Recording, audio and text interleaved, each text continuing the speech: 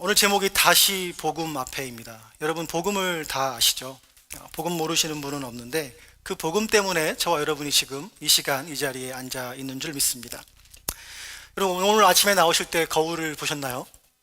다 거울을 보신 것 같아요. 평소에 뵐 때보다 훨씬 아름다우시고 단정해 보이십니다. 우리에게 거울이 있다는 게 얼마나 감사한지 모르겠습니다. 보면서 머리를 만지기도 하고 옷도 고치고 때로 친구들과 이렇게 교제하다 보면 내 얼굴에 뭐 묻었는데 안 고쳐주는 친구들이 있어요. 얼마나 야속한지 나중에 보면 아니 이런 모양인데 왜 얘기 안 해줬을까, 그런 친구들도 있죠. 거울이 있다는 것은 우리 모습을 비춰볼 수 있다는 그 의미로도 참 좋은 도구입니다. 지난달 제가 좀 건강에 걱정을 좀 많이 했습니다. 평소에 아파도 대수롭지 않게 그냥 지나갔던 담대함이 있었는데 지난주에는 좀 많이 걱정을 되더라고요. 그래서 거울을 보면서 소시적 좋았던 몸이 변해감을 보고 한숨도 짓고 그랬습니다. 그러다가 의사 선생님을 만나보기로 결정을 했습니다. 제게 보살펴야 할 식구들이 많아서 더 이상은 안 되겠다. 그래서 만나 뵀습니다. 잘 아는 의사 선생님을 만나 뵙고 사정을 다 얘기를 하고 진찰을 받고 몇 가지 검사를 했습니다. 2년 전에는 그날 그 자리에서 바로 괜찮습니다 목사님, 건강하세요 이렇게 말씀하셨는데 이번에는 검사 결과를 봐야 되겠습니다 그러시더라고요. 그래서 그날 참 경건하게 하루를 보냈습니다.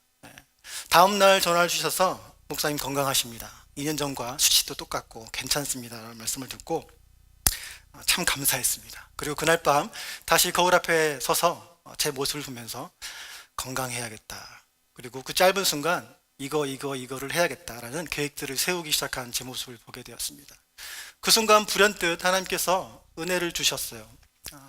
육신적인 제 모습을 비춰보는 것을 보다가 영적인 나의 모습은 어떨까라는 질문을 던져보게 되었습니다. 육신의 건강은 눈으로 볼 수 있고 다른 사람의 진찰을 받을 수 있지만 내 영적인 건강은 누구에게 진찰을 받을 수 있을까? 그러다가 하나님이 우리에게 주신 말씀 앞에 서기로 작정을 했습니다. 그래서 사랑하고 애쓰고 고민하고 했던 말씀이 빌립보서 말씀입니다. 지난 한 달 동안 빌립보서를 공부하고 묵상하면서 하나님께서 나에게 왜 이 길을 걷게 하셨는지, 왜 나를 다시 복음 앞에 서게 하시는지를 처절하게 절실히 느끼고 그 은혜를 여러분과 함께 나눠보고자 합니다. 저와 여러분은 육신을 입고 이 땅에 살고 있지요. 육신은 언젠가는 다 마감하게 됩니다. 그리고 약속된 대로 성도들은 하나님 앞에 가게 되겠죠. 하지만 저와 여러분은 그리스도인 성도로서 영적인 것, 영적인 비밀들을 소유한 자들입니다. 세상 사람들은 전혀 알 수 없는 그 비밀을 저와 여러분들은 알고 있죠. 그래서 죽음도 우리에게는 때로 기쁨이 되고 소망이 되는, 세상 사람들은 이해하지 못하는 죽기를 자처하는 자들, 이런 소문도 역사 속에 기독교인들이 받았던 별명 중에 하나입니다. 세상에는 예수를 믿는 사람과 예수를 믿지 않는 사람, 이 두 부류로 딱 구분 지어집니다. 길이요 진리요 생명 되신 예수를 믿는 사람과 아닌 사람, 생명과 사망, 이렇게 구분되어지겠죠. 그래서 저와 여러분이 가지고 있는 이 복음이 그래서 중요합니다. 그래서 우리가 복음을 위해서 선교를 가고 전도를 하고 삶을 열심히 살아가는 것이죠.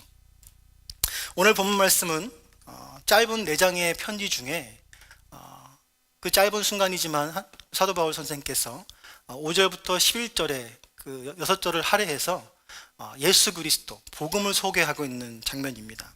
신학적으로는 기독론이라 그러지만 쉬운 말로 복음이죠. 복음은 예수 그리스도입니다. 여러분이 성경을 사랑하시면서 성경을 읽으실 텐데 성경을 읽으실 때마다 항상 복음을 접할 수 있어야 합니다. 성경은 어느 부분을 읽든지 간에 예수 그리스도를 만나셔야 합니다. 성경은 그렇게 구성되어 있기 때문에 그렇습니다.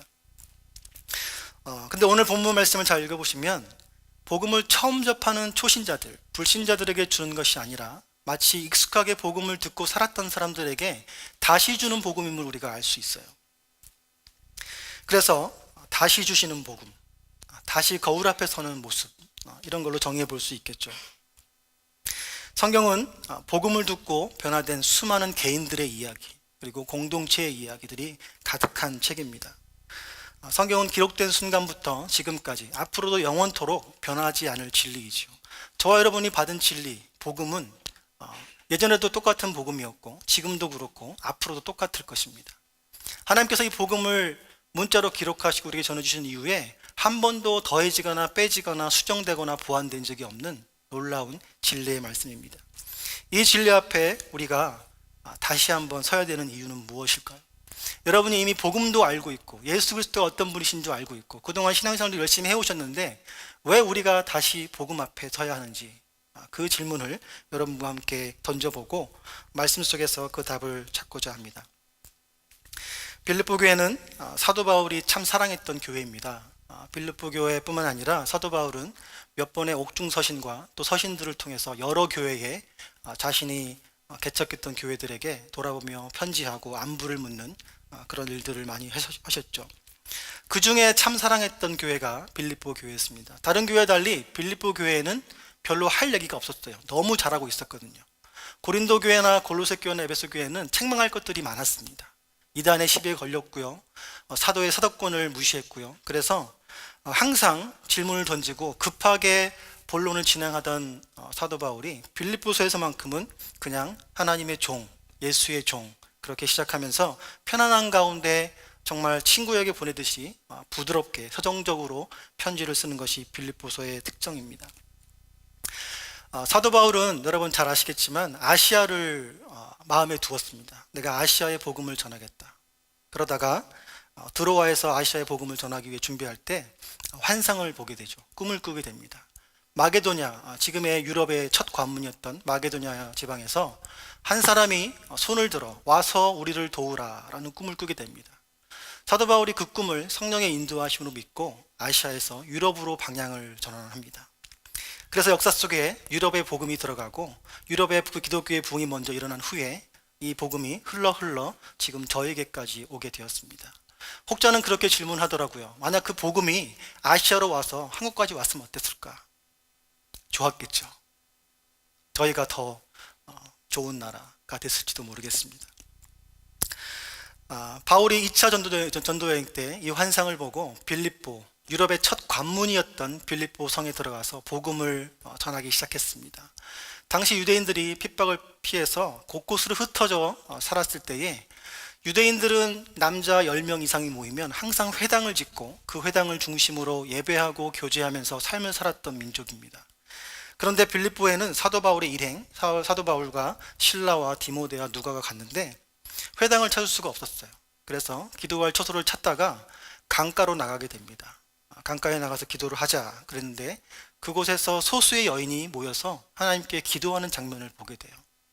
거기서 사도 바울이 그 여인들에게 복음을 전합니다. 그때 복음을 들었던 여자가 여러분 잘 아시는 자주색 옷감 장사 루디아라는 여인입니다. 그 여인은 하나님을 이미 알았고 그렇게 모여서 정기적으로 기도를 했는데 사도 바울의 복음을 듣고 회심하게 되죠. 그리고 그녀와 그 온 집안이 그때 복음을 듣고 침례를 받고 사도 바울의 일행을 자기 집에 강권하여 모시는 일이 빌립보서에 기록되어 사도행전에 기록되어 있습니다. 그것이 빌립보 교회에 개척된 모양입니다. 루디아의 집에서 가정집에서 빌립보 교회가 개척되어지고 교회 이름이 시작되었습니다. 그 다음 또 빌립보 교회에 어떤 모습이 있었을까요? 사도 바울이 빌립보에서 계속 복음을 전할 때 점치는 귀신 들린 여인, 개역 개정에는 소녀라고 나와 있죠. 귀신 들려서 점치는 소녀를 만나게 됩니다. 사도 바울 일행이 가는 곳곳마다 이 여인이 따라다니면서 이 사람들은 지극히 높으신 하나님의 종들로 구원의 길을 너희에게 가르치는 자라 이렇게 소리치면서 다니는 거예요. 그것이 얼마나 바다가 되고 고민스러웠던지 사도 바울이 그 귀신을 내어쫓고 그 소녀를 구해주는 장면이 기록되어 있죠. 그 점치는 소녀로 인해서 수익을 얻던 사람들이 귀신이 떠나자 점을 칠 수 없게 된 여자를 보고 속이 상해서 기분이 나빠서 분이 일어나서 사도 바울 일행을 감옥에 가둬버리는 사건이 일어납니다. 여러분 잘 아시는 바울과 실라가 한밤중에 찬양할 때 그 찬송가사도 있죠. 그때 하나님께서 지진을 일으키셔서 모든 옥문을 열어버리고 죄수들을 자유롭게 하는 사건이 일어납니다. 자다가 이것을 발견한 간수가 자결하려 하죠. 죄수들이 다 도망간 줄 알고. 그때 사도 바울이 칼을 멈추라, 칼을 도로 꽂으라 라는 말을 합니다. 그때 간수가 사도 바울에게 선생들이여 우리가 어떻게 해야 구원을 얻겠습니까? 라고 물어봤을 때 사도 바울이 역사의 길이 남을 말을 남깁니다. 주 예수를 믿으라. 그리하면 너와 내 집이 구원을 얻으리라. 이 말씀으로 저희는 지금껏 구원을 받아왔고 많은 사람들에게 주 예수를 믿으십시오. 그러면 당신과 당신의 집이 구원을 받을 것입니다. 라고 복음을 전하는 귀한 말씀이 되었습니다. 빌립보 교회는요, 이런 사람들이 모여서 시작되었어요. 부자가 있었고요, 귀신 들린 여자가 있었고요, 거칠은 간수가 있었습니다. 빌립보는 그 당시 교통의 요지였고 유럽의 첫 관문이었기 때문에 많은 문화와 향락이 발전한 도시였었어요. 그곳에 그리스도인들이 없었는데 그곳 살던 사람들이 교인이 되고 성도가 되었습니다. 그러니 교회의 모양의 성도들의 모습들이 얼마나 다양하고 가장 각양각색이었겠습니까? 그런 사람들이 복음을 듣고 하나가 되고 공동체가 되어서 사도 바울에게 참 중요한 동력자들이 되었습니다. 빌립보 교회 시작은 그렇게 해서 굉장히 대단했습니다. 사도 바울의 고백에 따르면 복음의 열매들이 계속 생겨났고 사도 바울의 사역 10년 동안 빠짐없이 사도 바울의 사역을 도왔다고 사도 바울은 감사의 뜻을 전하고 있습니다. 빌립보 사람들아, 너희도 알거니와 복음의 시초에 처음에 내가 마게도냐를 떠날 때에 주고받는 내 일에 참여한 교회가 너희 외에 아무도 없었느니라. 데살로니가에 있을 때에도 너희가 한 번뿐 아니라 두 번이나 나였을 것을 보내었도다. 사도 바울을 사랑했던 빌립보 교인들이 사도 바울의 복음 때문에 구원받았던 그 감격으로 사도 바울이 가는 곳마다 연보를 모아서 보내고 도와주고 기도하는 이 귀한 사역을 10년 동안 했었습니다. 사울은 빌립보 교회를 개척한 지 10년이 지난 지금 로마 감옥에서 이 빌립보서를 쓰고 있죠. 사도 바울이 감옥에 갇혔다는 소식은 빌립보 교인들에게 큰 충격이었습니다. 그들의 영적 아비였던 사도 바울이 감옥에 갇히고 더 이상 복음을 전할 수 없는 상태가 되었다.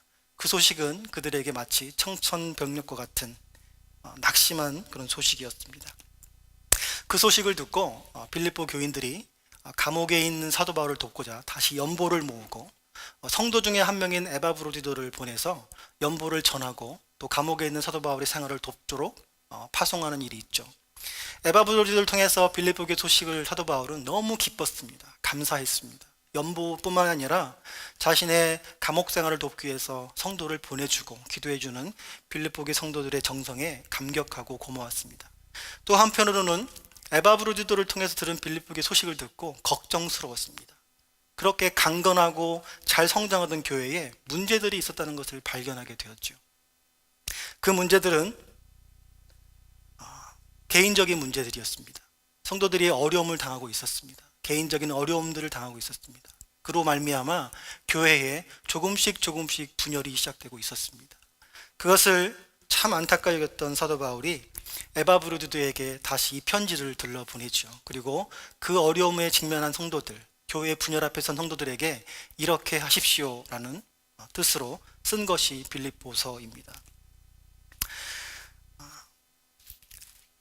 사도 바울은 빌립보 교회 성도들을 얼마나 사랑했는지 그의 편지에 이렇게 소개하고 있습니다. 너희는 복음을 전한 첫날부터 지금까지 복음을 위한 일에 나와 함께 수고하고 있다. 너희는 다 나와 함께 하나님의 은혜에 참여한 자들이다. 내가 예수 그리스도의 심장으로 너희를 만나보기를 원한다.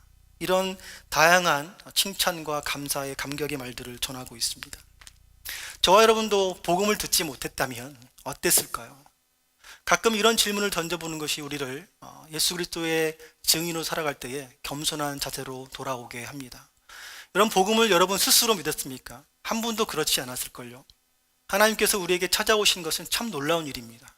그 하나님 우리에게 복음을 던져주시고 믿게 하신 것도 참 놀라운 일이죠.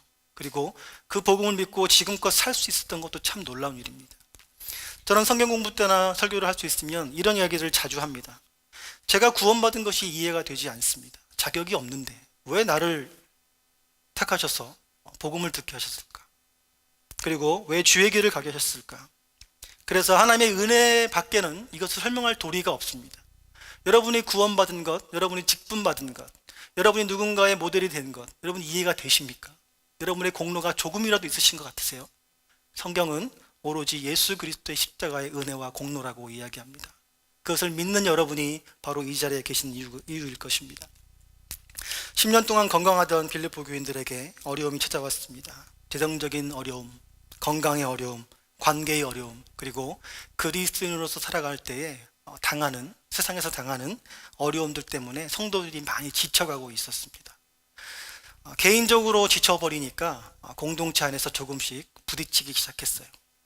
그래서 사도 바울이 꽤 심각한 상황을 바라보고 빌립보서 4장 2절 3절에 보시면 직접 교회의 그 분열의 중심에 선 사람들의 이름을 언급하면서 그들에게 화해를 촉구합니다. 여러분은 주님 안에 굳게 서십시오. 유오디아와 순두계 두 사람에게 권합니다. 주님 안에서 사이좋게 지내십시오. 그리고 나의 신실한 동역자인 여러분도 이 여자들을 도와주십시오. 사도 바울 선생이 이 사람들의 이름을 언급하면서 교회에 이 사람들로 인해서 분열이 있음을 고백하고 있습니다. 사이좋게 지내십시오. 이 여자들을 도와주십시오. 무슨 일인지는 모르겠지만 교회를 허물을 수도 있는 그런 금이 가게 하는 일들이 빌립보 교회에 시작되었습니다. 이런 위기의 상황에 처한 빌립보 교인들에게 편지를 쓰면서 해결책으로 준 것이 사도 바울이 쓴 것이 복음입니다. 저와 여러분이 읽었던 5절부터 11절까지의 말씀입니다. 여러 문제로 고민하고 낙심하고 있는 빌립보 교인들에게 말합니다. 이 마음을 품으십시오. 바로 예수 그리스도의 마음입니다. 여러분이 겪고 있는 모든 문제의 답이 이 복음으로 해결될 수 있습니다. 예수 그리스도가 누구신지, 왜 오셨는지, 주님이 하신 일이 무엇인지, 그 일 때문에 내가 어떤 존재가 되었는지 다시 복음 앞에 서라는 것입니다. 그리고 오늘 말씀을 주죠. 너희 안에 이 마음을 품으라. 곧 그리스도 예수의 마음이니. 저는 복음은 모든 개인의 문제와 공동체의 문제에 대한 해답이라고 확신합니다. 여러분이 어떤 문제를 가지고 계신지 저는 잘 모르겠지만 여러분의 그 문제의 해답도 복음입니다. 예수 그리스도이십니다. 오늘 성가대 찬양과 찬양팀의 찬양 중에도 들어보니 그런 고백이 있었습니다. 고난 중에 내가 더 주님을 사랑할 수 있다. 성경은요, 우리의 모든 문제의 정답들을 일일이 열거하지 않습니다. 내가 어떤 문제에 봉착했을 때, 어느 길로 갈지 몰라 방황할 때 성경을 찾아보시면 그거에 대한 답을 정확히 주지 않으세요. 성경의 중심은요, 성경이 우리에게 바라보는 관심은 우리의 문제를 순간순간 해결하는 데 있는 것이 아니라 우리가 모든 순간순간에 얼마나 성숙하는지가 성경의 관심입니다. 행여나 여러분 성경 속에서 어디에 투자할까, 어디에 집을 살까, 부부관계 이런 문제 때문에 고민하는 답을 찾아보신다면 별로 나와 있지 않을 거예요. 하지만 여러분의 문제 속에서 내가 어떤 자세로 임해야 되는지는 분명하게 성경에 기록되어 있습니다. 하나님이 그렇게 우리에게 고난을 허락하셨기 때문에 그렇습니다. 사랑하는 자녀에게 고난을 주시고 징계를 주시는 이유는 하나님께서 나만큼 거룩해지기 위해서입니다. 그래서 여러분이 당하는 고난을 너무 힘들어만 하지 마십시오. 하나님께서 사랑하시니까 허락하시고 시험 당할 쯤에 또 피할 길을 주시고 감당해 주신다는 약속을 굳게 믿으십시오. 성경은 우리 문제 해결이 목적이 아니라 우리의 성숙함이 목적이라고 말씀드렸습니다. 성숙하면요, 예수 그리스도가 우리에게 주신 것이 무엇인지를 볼 수 있습니다. 그리고 거울 앞에 서면 내가 잘하고 있구나, 내가 여기를 고쳐야 되겠구나, 이런 것들을 볼 수 있게 해주세요. 저는 이 복음이 저와 여러분의 개인 문제뿐만이 아니라 우리 교회에 문제가 있다면 교회의 문제, 더 나아가 한국과 미국과 전 세계에 있는 수많은 문제 속에 유일한 답이라고 확신합니다. 그럼 복음이 무엇입니까? 복음은 여러분 잘 아시는 대로 예수 그리스도입니다. 예수 그리스도가 나를 위해 행하신 일들입니다. 그는 근본 하나님의 본체시나 하나님과 동등됨을 취할 것으로 여기지 아니하시고 하나님이신 하나님께서 하나님의 계획을 이루시기 위해서 여러분과 저를 위해서 이 땅에 오시기로 작정하셨어요. 내가 내려가려고 보니 내 신적인 권리를 다 포기해야 됐었어요. 그래서 하나님께서 하나님의 권리를 다 포기하시고 이 땅에 인간의 모습으로 오신 놀라운 사건, 성육신, 그리고 낮아지셨는데 얼만큼요? 종의 형체를 가질 정도로 낮아지셨습니다. 그리고 사람의 모양으로 종의 형체로 낮추시고 죽기까지 복종하셨죠. 나를 위해서 십자가에 달려 죽으시고, 그게 끝이 아니죠. 십자가에 죽으시고 살아나셨습니다. 승천하셨습니다. 승리의 약속까지 우리에게 주셨습니다. 그리고는 내 은혜에 참여하려면 너희가 고난도 마땅히 받아야 할 것이니라. 우리에게 숙제 같은 사명을 주셨습니다. 그래서 아까 말씀드렸지만 고난은 우리에게 유익합니다. 주님을 더 사랑할 수 있는 고백이 거기에서만 나올 수 있기 때문에 그렇습니다. 예수님께서 이 땅에 오셔서 많은 일들을 하셨습니다. 기적도 베풀어 주셨고 병든 자를 고치시고 심지어 죽은 사람도 살리셨죠. 좋은 가르침도 많이 남기셨고요. 제자들도 세워놓으셨습니다. 하지만 주님의 사역 중에 가장 중요한 것은 나를 위해 죽어주신 그 사건이에요. 주님은 이것 때문에 오셨어요. 이것 때문에 아이로 출생하셔서 우리가 겪어야 될 모든 것들을 몸소 겪어보시고 시험 당해보시고 울어도 보시고 우리의 모든 것들을 담당하신 다음에 하지만 죄는 없으셨죠. 왜냐하면 우리의 죄를 담당하기 위해서. 그래서 그렇게 사명을 다하셨습니다. 지금 저와 여러분을 괴롭히는 많은 것들 가운데 예수님이 모르시는 것이 없어요. 예수님이 공감하지 못하는 우리의 어려움이 없습니다. 예수님이 겪어보지 못하는 어려움이 우리에게는 없어요. 하나님께서 다 아세요. 다 겪어보셨어요. 우리 앞에는 알 수 없는 미래가 있습니다. 한 번도 가보지 못한 길을 이제 가게 되겠죠. 하지만 주님은 그것마저도 알고 있다고 우리에게 말씀하세요. 그리고 내가 누구냐? 임마누엘이다. 내가 너와 함께 하겠다라고 약속해 주셨습니다.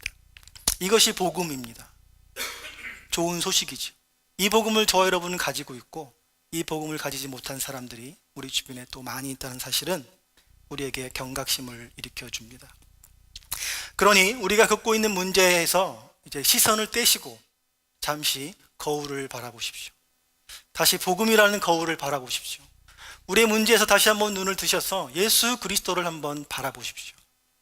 그러면 여러분의 문제가 보이지 않고 십자가와 보혈이 보일 것입니다. 그리고 그것이 얼마나 큰 사랑인지가 우리에게 보여질 것입니다. 그리고 돌아보면 어느덧 그 문제가 해결되어 있을 거예요. 여러분 그것들을 경험하면서 여기까지 오시지 않으셨나요? 앞으로도 그럴 것입니다. 이 문제가 내 문제가 복음과 무슨 상관이야 라고 푸념하지 마시고 눈을 들어 주를 한번 바라보십시오. 내 남편, 내 아내, 내 아이, 내 사업, 내 직장, 내 돈, 내 건강 이런 모든 문제들이 복음과 무슨 상관이냐고요? 깊은 상관이 있습니다. 나에게 있는 모든 문제는 하나님이 허락하지 않는 게 없기 때문에 그렇습니다. 잠시 눈을 드셔서 복음 앞에 서시고 주님을 한번 바라보십시오. 이스라엘 백성이 하나님을 원망했을 때 하나님께서 불뱀을 보내셔서 이스라엘 백성들을 물게 하십니다. 온몸에 독이 퍼져 죽어가는 사람들에게 그 신음을 들으시고 하나님께서 모세에게 이렇게 말씀하시죠. 노스로 불뱀 모양을 만들어서 장대에 달아 이스라엘 진영 한가운데 세워놓으라. 모든 사람이 볼 수 있도록. 그리고는 저 노뱀을 바라보면 살 것이고 보지 않으면 죽을 것이라 이야기하라. 성경은 그 노뱀을 보지 않고 죽었던 수많은 사람들이 있었다고 얘기합니다. 그게 보는 게 힘들었을까요? 믿지 않았던 거죠. 내가 죽어가고 있는데 무슨 불뱀을 보라 그래. 이게 무슨 상관이야. 그런 사람들은 죽었습니다. 하지만 그 노뱀을 바라봤던 사람들은 독이 해독되고 살아난 것들을 보게 됩니다. 우리에게 있는 문제들은요, 도저히 복음으로 이게 해결될 수 있을까? 이렇게 얘기합니다. 우리의 이성과 우리의 성격은요, 하나님을 바라보지 못하도록 해요. 합리적이 아니라고 얘기를 해요. 그래서 살아보면 우리가 합리적이고 이성적인 것이 아니라 믿음의 길은 그런 것이 아니라고 얘기하죠. 정말 어처구니 없지만 그 말씀에 순종했을 때 하나님께서 살려주시는 일들을 성경은 기록하고 있습니다. 침례 요한을 한번 생각해 보십시오. 그가 사역에 처음으로 현장에 뛰어들었을 때 하나님께서 맡기신 사명이 무엇입니까? 아무도 없는 광야에 나가 천국을 전파하라는 것이었어요. 늑대를 바라보고 전갈을 바라보며 회개하라 천국이 가까웠느니라 이 복음을 전했어요. 여러분 그럴 수 있을까요? 이성적으로 합리적으로.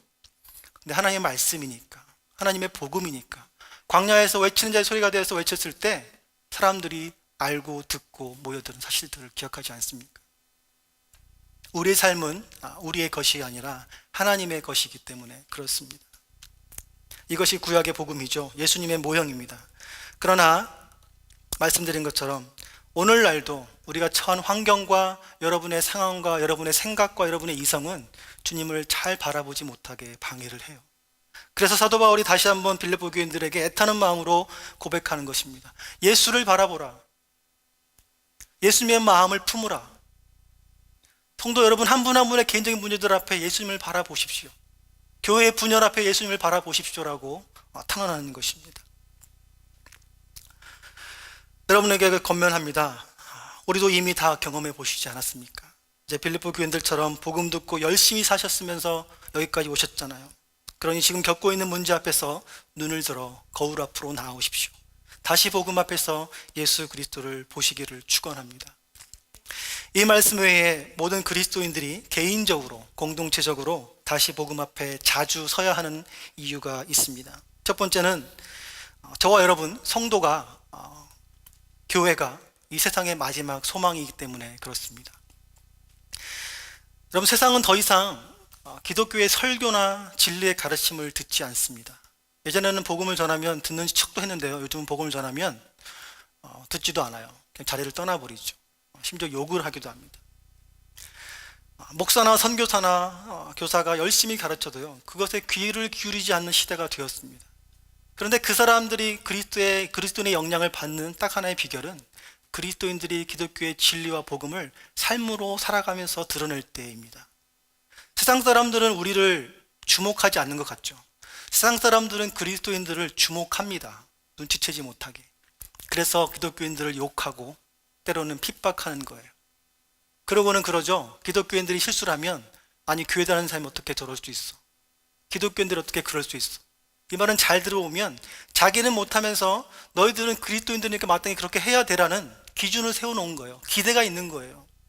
그래서 우리가 열심히 우리의 지식을 전하는 것이 아니라 내가 복음을 듣고 그 복음을 살면서 그 복음의 삶을 전해줄 때 그들에게 영향을 끼칠 수 있는 것입니다. 그러니 우리가 어떻게 살아야 될까요? 착하게 살아야 되죠. 세상 사람들과 무엇인가 다르게 살아야 되지 않겠습니까? 그것이 복음이고 그것이 부흥을 경험하는 세상입니다. 성경이 이 말씀을 정확하게 기록하고 있습니다. 그가 우리를 대신하여 자신을 주심은 모든 불법에서 우리를 속량하시고 우리를 깨끗하게 하사 선한 일을 열심히 하는 자기 백성이 되게 하려 하심이라. 우리를 구원하신 목적이 그거예요. 전파하고 가르치는 게 아니라, 물론 그러기도 해야 되겠지만 세상 속에서 우리를 깨끗하게 하시고 선한 일을 많이 하게 하셔서 많은 사람들이 그것을 보고 주께 돌아오는 통로가 되라고 주신 것입니다. 역사 속에 이런 경험들이 몇 번 있었습니다. 여러분, 역사에 기록된 기독교의 부흥 역사를 보십시오. 영국의 기독교의 부흥 맞았을 때 주일만 되면 영국 거리가 한산했습니다. 모든 술집과 식당들이 문을 닫아야 됐었어요. 다 교회에 가야 되니까. 기독교의 부흥이 임했을 때 사업하는 사람들은 그리스도인들과는 사업 계약서를 쓰지 않았습니다. 정직한 사람들이니까. 정직하고 정확한 사람들이라는 별명을 얻은 것이 메소디스트, 감리교인이라는 뜻 아니겠습니까? 감리교인들의 철저한 생활과 정직함과 신실함 때문에 세상 사람들이 감리교인 지나간다, 저들 때문에 시간을 정확히 알 수 있었어요. 저들은 이 시간에 기도하니까. 그럴 정도로 정확하고 성실한 사람들 때문에 많은 사람들이 그리스도의 삶을 동경하게 되었고 그곳으로 많이 오게 되었습니다. 이것이 복음의 능력이고 이것이 복음을 사는 성도의 올바른 모습입니다. 두 번째는 우리가 다시 복음이라는 거울 앞에 나와야 되는 이유는 주님의 영광과 명예를 위해서 그렇습니다. 여러분, 주님의 영광과 명예를 자주 이야기하죠. 내 삶을 통해서 하나님이 영광을 받으셔야지. 하나님께서 우리에게 영광 받기 위해서, 기쁨 받기 위해서 우리를 창조하시지 않으셨습니까? 그래서 우리 모두에게는 이 사명을 이루어야 되는 당위성이 있습니다. 우리가 이 땅에서 잘 사는 것 이외에 더 넘어서 수준 높게 우리는 주님의 영광을 위해서 하루하루를 사셔야 합니다. 고린도전서 15장에 너희가 뭐 마시든지 무엇을 먹든지 무엇을 하든지 다 주의 영광을 위해서 하라는 말씀. 여러분이 길을 가고 자녀를 키우고 학교를 가고 직장을 가고 이 모든 것들이 주의 영광을 위해서 하셔야 됩니다. 여러분의 삶의 모습 하나하나, 손짓 발짓 모든 것들이 주님의 영광을 드러내는 도구가 된다는 말이에요. 좀 부담이 되긴 하죠. 하나님께서는 당신의 영광을 너무 소중하게 생각하세요. 마치 아이가 자기 물건을 고집하는 것처럼. 하나님은 당신의 영광을 다른 이에게 주시지 않겠다고 말씀하십니다. 이사야서에서 예수 그리스도를 예언하시면서 이런 말씀을 주셨죠. 나 여호와가 의로 너를 불렀은즉 내가 내 손을 잡아 너를 보호하며 너를 세워 백성의 언약과 이방의 빛이 되게 하리니 내가 눈먼 자들의 눈을 밝히며 갇힌 자를 감옥에서 이끌어내며 흑암에 앉은 자를 감방에서 나오게 하리라. 나는 여호와이니 이는 내 이름이라. 나는 내 영광을 다른 자에게, 내 찬송을 우상에게 주지 아니하리라. 예수님께서 오심을 예언한 말씀입니다. 그리고 그 주님이 우리를 살리기 위해서 그 사역을 다 담당하시고 죽으시고 승천하셔서 지금 하나님 우편에 앉아 계시죠. 그리고 그분의 사역을 저와 여러분에게 맡겨주셨습니다.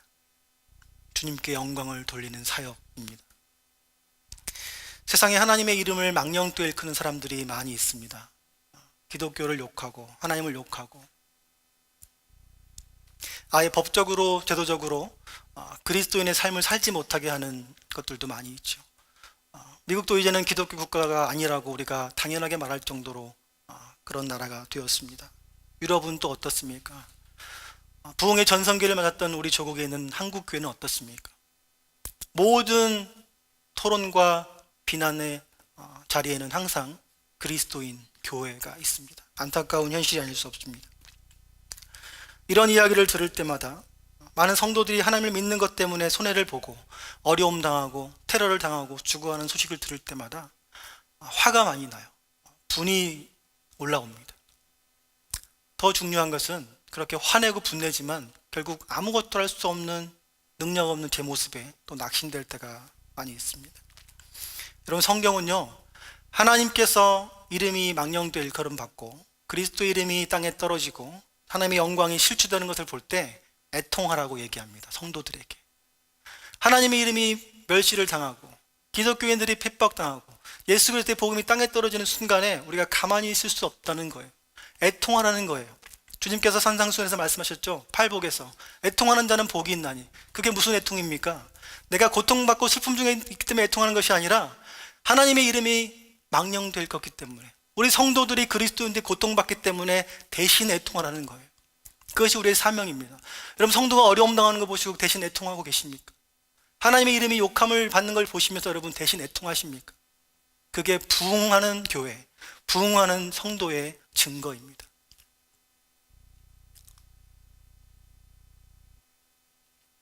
고민했습니다. 할 수 있는 게 없잖아요. 성도들이 어려움 당해도 만나서 신방하고 위로하고 기도해 줄 수 있지만 또 더 큰 문제들 앞에서는 제가 할 수 있는 게 아무것도 없잖아요.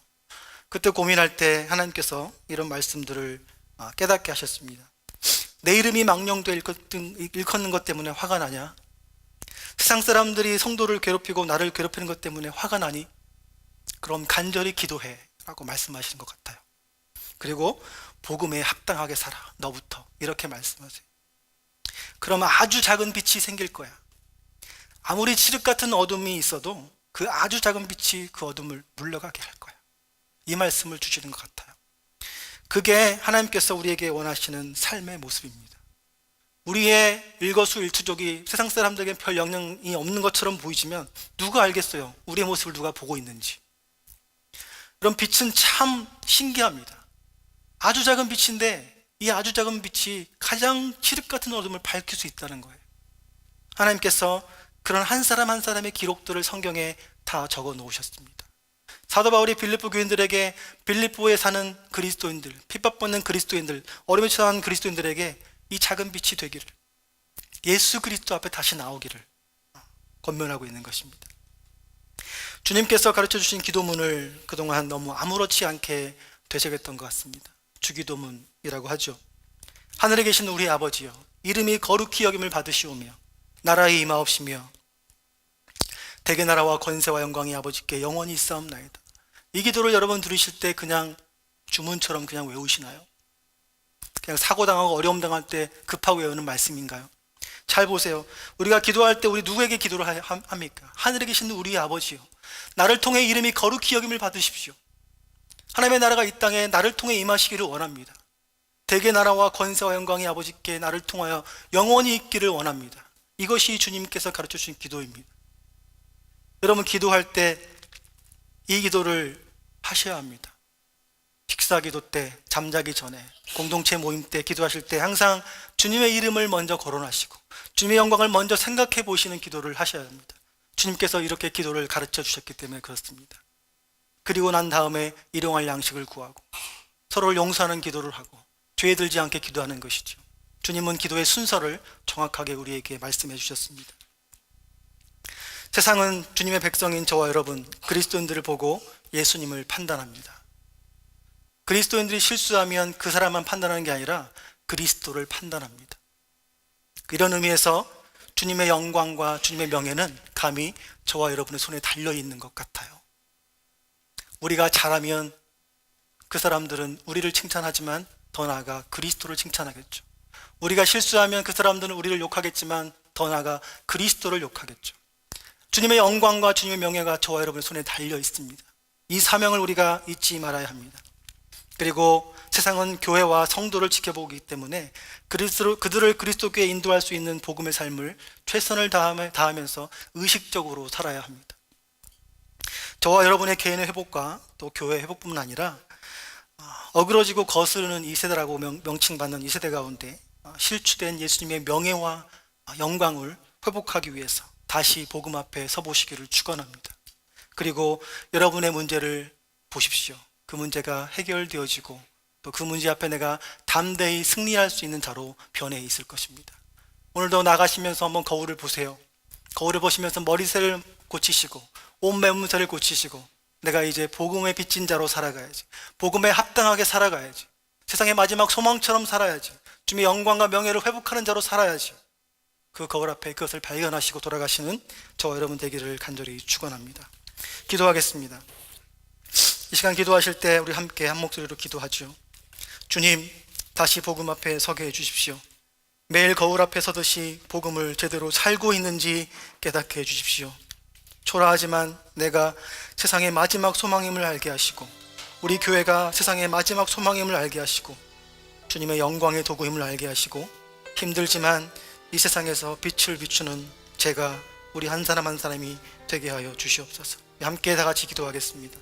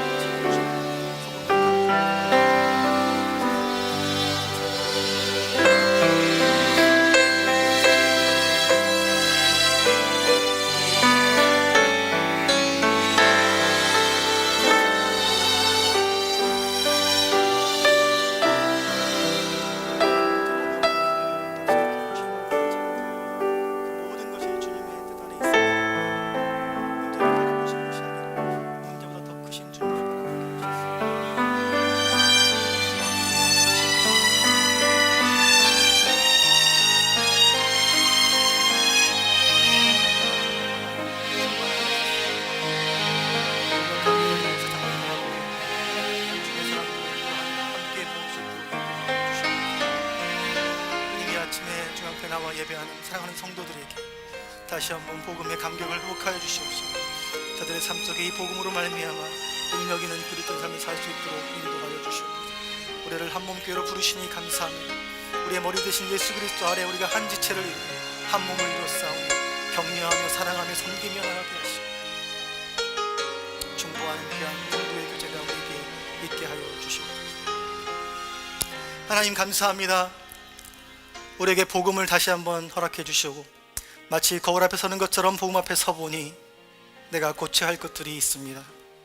첫사랑을 회복하게 하시고 처음 주님 만났던 그 감격을 다시 한번 옷 입으며 주님 앞에 서서 이 힘들고 어려운 세상에 다시 나갈 수 있도록 인도하여 주시옵소서. 주님께서 제자들을 보내시며 내가 너희를 보내는 것이 어린 양을 이리 가운데 보낸 것 같다 걱정하시는 주님의 마음을 우리가 봅니다.